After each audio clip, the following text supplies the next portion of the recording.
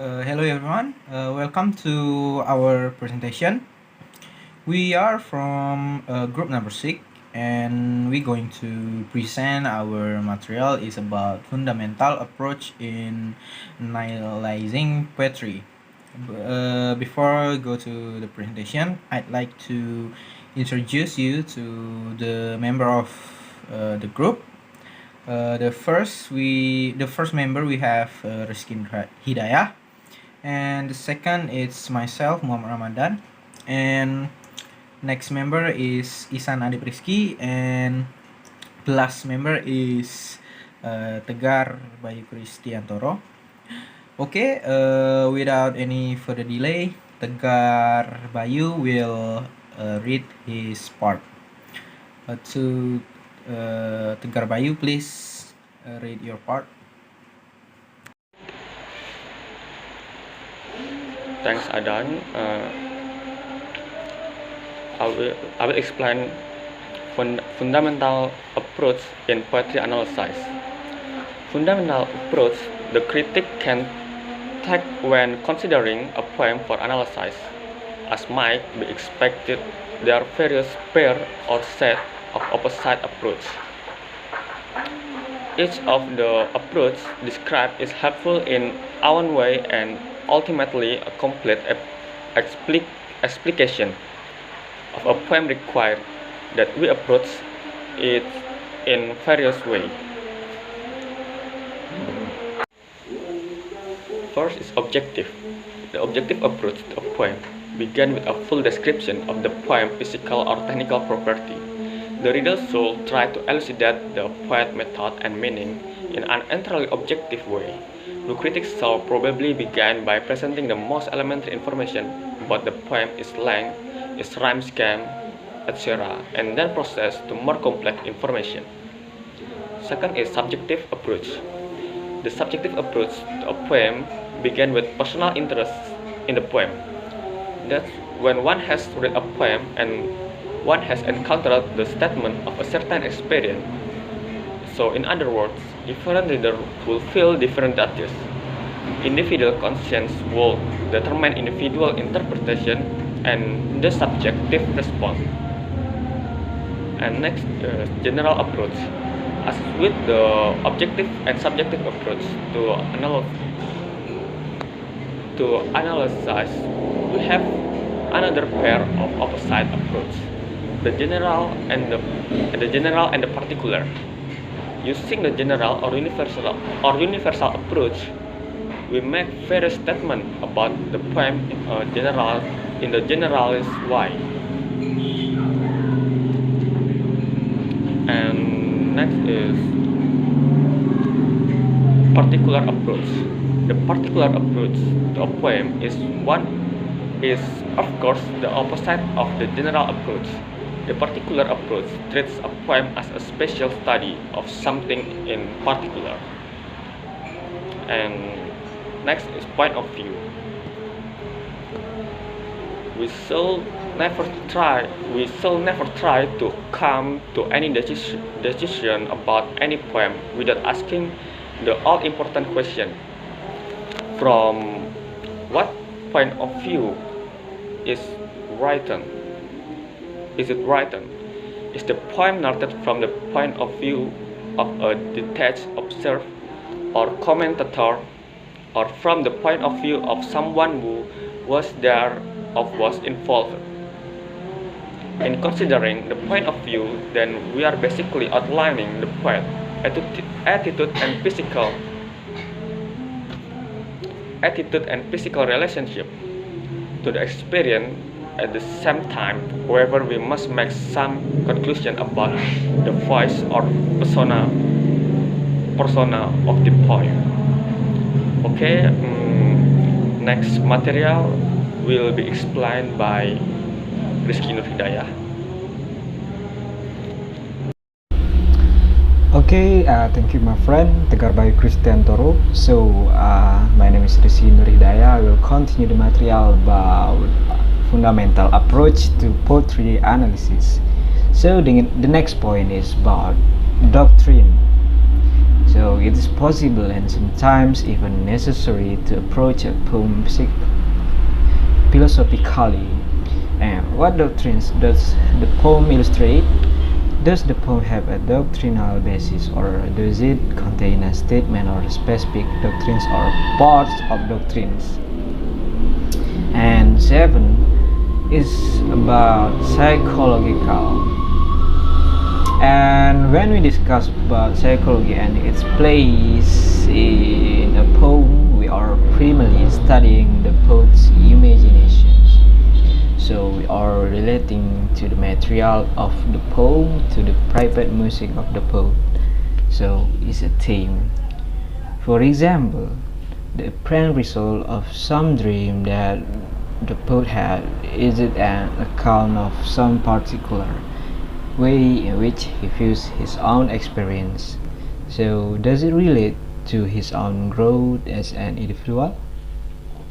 So as all, poetry is based on some kind of experience, and as all poets are human, we are necessarily caught in the wide spectrum of emotional problems that caused by experience. And the next point is about historical. One of the most basic approaches used in the analysis of poetry is referred to as the historical method of literary criticism. So this means that the critic interests to the poem within the history or contemporary frame of reference. 9 next about figurative language. And as we know, one of the most basic and useful ways in which to approach a poem is to analyze its figurative language. That is, the critic concentrates his energy and attention on the image and metaphors and various other rhetorical figures which are found in a poem. The next material will continue by my friend. The name is Ihsanadip Rizky. Ihsanadip Rizky, time is yours. Okay, thank you for Rizky. The next is biological. Closely, closely allied to the historical approach is biological approach. In simple terms, we examine the poem in relation to what is known about the poet's life. Often a particular poem is subject to this kind of analysis simply by nature of the material. The next is comparative. Probably, probably one of the most familiar tasks presented to students taking an examination in literature is to make a comparison of the following two poems. Comparative analysis of poetry is extremely helpful. By searching for similarities or differences between poems, we are searching. We are forced to consider the various aspects and dimensions of a particular poem. The next is aesthetic value. There are in English poetry certain works which do not have a great deal of meaning. We are not have concern with those poems which accidentally are meaningless, but rather with those which which the author has purposely written not to stimulate us intellectually so, so much as aesthetically. The poet appeal to something outside our pure intellect, such as our sense or perhaps our need for humor. Some poetry is very sensuous, and whatever whatever meaning it has is insignificant compared to the effect which which the poem's word and language have upon us. Okay, the next is poem in relationship to poems by the same poet. A specific kind of comparative analysis deserves special mention. We often compare a particular poem with one or more poems by the same poet. We consider the poem in the light of what we know or we can learn through study of the poet's other works. If we are not sure whether a poet is being sarcastic or serious, for example, we might survey his other poem and see if this poet is ever known to be sarcastic. The next part will be read by Muhammad Ramadan. Thank you, Isan Reski, for your explanation. And next, it's my part. Talk about man and future, and man and nature, and friend. Okay, it start from man and nature. Wordsworth line serve as introduction to this and next approach to poetry. When we first reading a poem, it will always useful to keep in mind uh, to possible relationship that between man and nature, and that between man and society. By nature, we mean the external physical world, and nature implies as a visible environment. And in other words, we are not thinking about human nature or instinct and etc. Good many poems deal with one or both of these relationship. To a certain extent, all literature addresses itself to them. And next is about man and society. In this approach, we are simply asking the question whenever we begin to analyze a poem, is anything being said about man's relationship to society? As with the reference to nature, we must constantly be searching for statement with reference to society. Not all poems are concerned with this relationship, but we must look for statement about men and about particular men. Most of us are familiar with all the recent discussion of the alienation from society of modern man. On the other hand, we speak of man involvement in society. A man either is or is not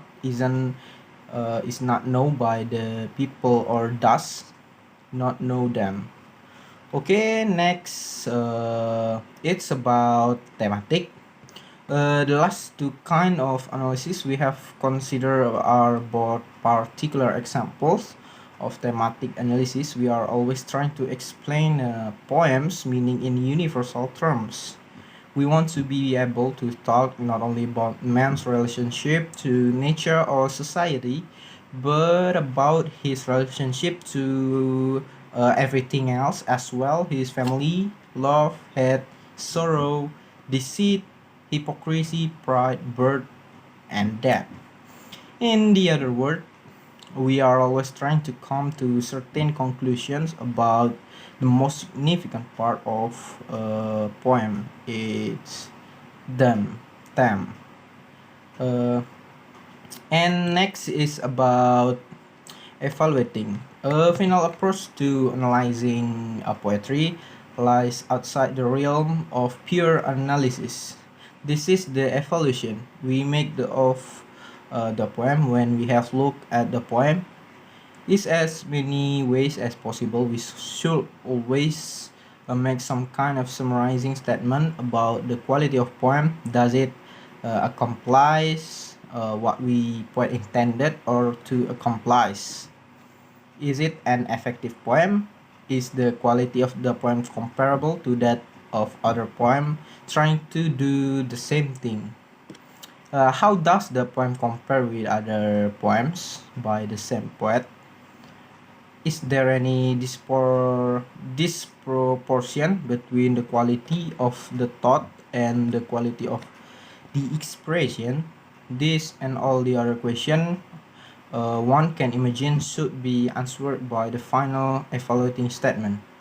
Okay, uh, that's end of my part, and it's mean also it's the end of our presentation, and we are from group 6. We are open question section, and if you had a question in your head, it's really to asking our group in WA group session. Okay, thank you for watching. Wassalamualaikum warahmatullahi wabarakatuh.